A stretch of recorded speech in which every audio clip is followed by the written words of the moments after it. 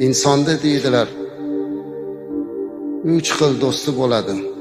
Bir do'sti uni joni chiqquncha, ikkinchi do'sti qabrga borguncha, uchinchi do'sti qiyomatgacha. Joni chiqquncha bo'ladigan do'sti qaysi do'st deganlarida, joni chiqquncha bo'ladigan do'st uning moli dunyosi. Chunki olamdan o'tganimizdan keyin moli dunyo bizniki emas. U endi merosxo'rlarki. Qabrigacha boradigan do'st kim? Bu uning farzandlari, aqrabo, yaqinlari. Qabrgacha boradi, lekin uni yog'iga hech kimda had yo'q.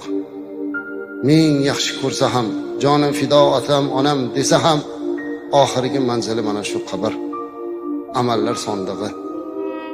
Ammo uchinchi do'st bor. Bu do'st qiyomatgacha birga turadigan do'st. Bu uning qilgan solih amallaridir. Ana shu amal xolis bo'lishligi, Alloh